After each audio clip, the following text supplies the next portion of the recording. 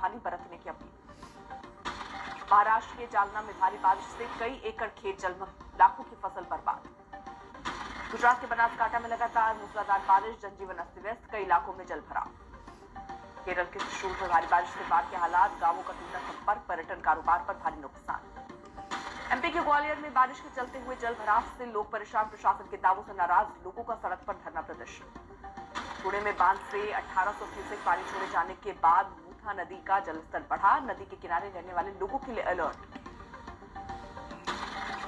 आज लोकसभा में ऑपरेशन सिंदूर पर बहस, लोकसभा में 16 घंटे की बहस होगी, मंगलवार से राज्यसभा में 16 घंटे की बहस। लोकसभा में रक्षा मंत्री राजनाथ सिंह सरकार की तरफ से दोपहर 12 बजे चर्चा की शुरुआत करेंगे। अमित शाह, एस जयशंकर भी संसद में सरकार का पक्ष रखेंगे। प्रधानमंत्री मोदी चर्चा के दौरान हस्तक्षेप कर सकते हैं। राहुल गांधी लोकसभा में मंगलवार को बोलेंगे। सूत्रों के अनुसार प्रियंका गांधी, गौरव गोगोई, के.सी. वेणुगोपाल आज लोकसभा में बोलेंगे। प्रधानमंत्री नरेंद्र मोदी 2 अगस्त को वाराणसी जाएंगे, मंत्रियों से करेंगे मुलाकात।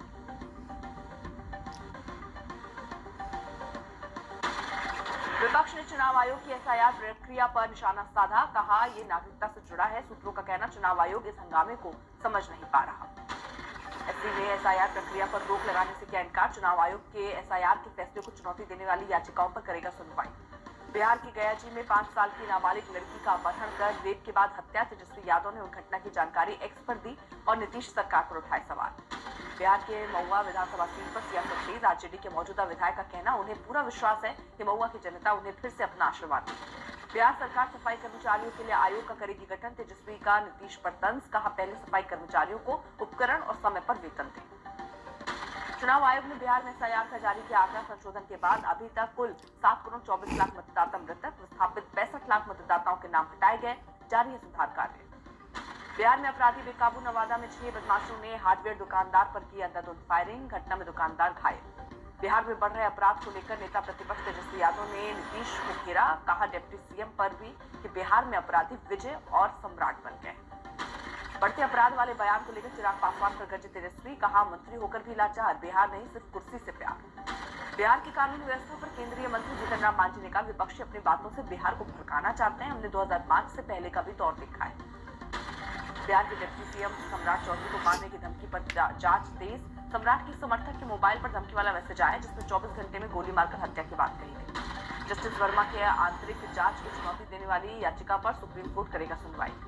जस्टिस दीपांकर दत्ता की अध्यक्षता वाली सुप्रीम कोर्ट की पीठ इलाहाबाद हाईकोर्ट के जस्टिस यशवंत वर्मा की याचिका पर करेगी सुनवाई।